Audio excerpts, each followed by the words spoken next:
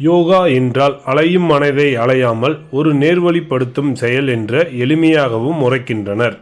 ஆசனம் என்ற சொல்லுக்கு இருக்கை என்பது பொருள். உடலை ஒரு நிலையில் குறிப்பிட்ட அளவு நேரம் இருக்கச் செய்யும் உடற்பயிற்சியையும் அவை சார்ந்த நிலைகளையும் குறிக்கும் சொல்லே யோகாசனம். இன்றைய கால சூழ்நிலையில் பள்ளி கல்லூரி மாணவர்கள் ஒரு இயந்திர வாழ்க்கையை நோக்கி வேகமாக சென்று கொண்டுள்ளனர். படிப்பு, வீட்டுப்பாடம், செயல்முறை ஆகியவர்கள் மட்டுமே அவர்களது குறிக்கோளாக உள்ளது. இதனால் பல மாணவர்கள் பெரும் மன அழுத்தத்தில் வாழ்ந்து வருகின்றனர். இத்தகைய மன அழுத்தத்தை போக்கும் விதமாக மாணவர்களுக்கு யோகா மற்றும் தியானங்கள் கற்றுக் கொடுக்கப்படுகிறது. அந்த வகையில் திருப்பூர் மாவட்டம் உடுமலைப்பேட்டை பகுதியில் தனியார் கல்லூரி மாணவர்களுக்கு 7 நாட்கள் பல்வேறு வகுப்புகள் நடைபெற்று வருகிறது. அதன் ஒரு பகுதியாக யோகா மற்றும் தியானம் குறித்த வகுப்புகள் நடைபெற்றது. இதில் ஏராளமான மாணவிகள் மகிழ்ச்சியுடன் கலந்து கொண்டனர். உடுமலை அருகே திருமூர்த்தி மலையில் அமைந்துள்ளது அமரலிங்கேஸ்வரர் கோயில். பிரம்மா, விஷ்ணு, சிவன் மூவரும் ஒரே சன்னதியில் அருள்பாலிக்கும் இக்கோவில் மிகவும் பிரசித்தி பெற்றது. மேற்கு தொடர்ச்சி மலையில் அமைந்துள்ள இப்பகுதி சிறந்த சுற்றுலா தலமாக திகழ்கிறது.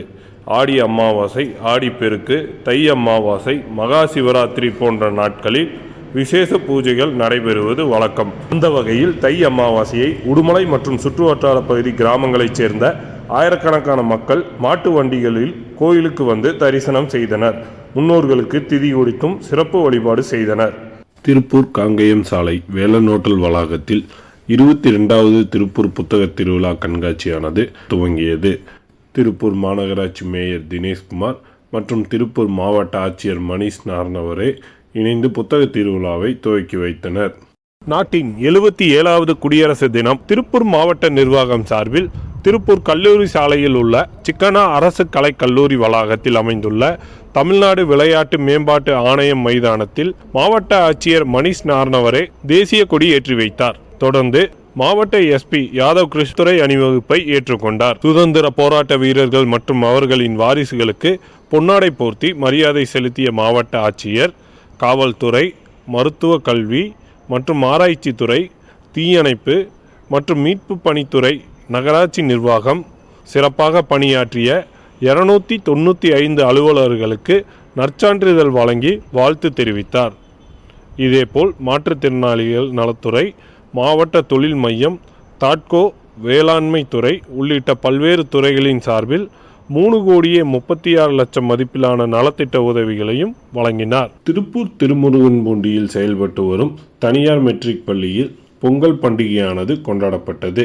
இந்த பொங்கல் பண்டிகையில் உலக சாதனை முயற்சியாக பள்ளி மாணவ மாணவியர் அனைவரும் இணைந்து 180 அடி உயரமும் 100 அடி அகலத்துடன் 1860 கிலோ கலர் பொடிகளை கொண்டு மிகப்பெரிய ரங்கோலி பொங்கல் பானையை வரைந்தனர்.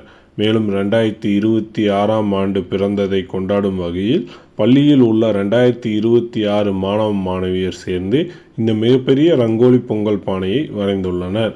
இந்த நிகழ்வானது world wonders book of record அமைப்பின் சார்பில் உலக சாதனையாக அங்கீகாரம் செய்யப்பட்டு பதக்கம் மற்றும் சான்றிதழ்கள் வழங்கப்பட்டது. இதற்கு முன்பு 133 அடி உயரம் கொண்ட பொங்கல் பானை வரையப்பட்டது உலக சாதனையாக இருந்தது குறிப்பிடத்தக்கது. இந்த நிகழ்வில் பள்ளி மாணவ மாணவியர், ஆசிரியர்கள் என அனைவரும் கலந்து கொண்டனர்.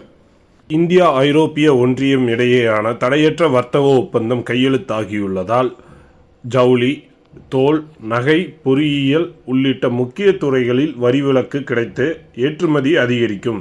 தோல் பொருட்கள், காலணிகள், தேயிலை, காபி, மசாலா, பொம்மைகள் மற்றும் நகைகள் போன்ற உழைப்பு தீவிர துறைகளுக்கு உடனடியாக வரி விலக்கு கிடைக்கும். நடுத்தர தொழில்நுட்ப உற்பத்தி இந்த ஒப்பந்தம் மாநிலத்தின் தொழில்துறைக்கு அதிக லாபம் தரும்.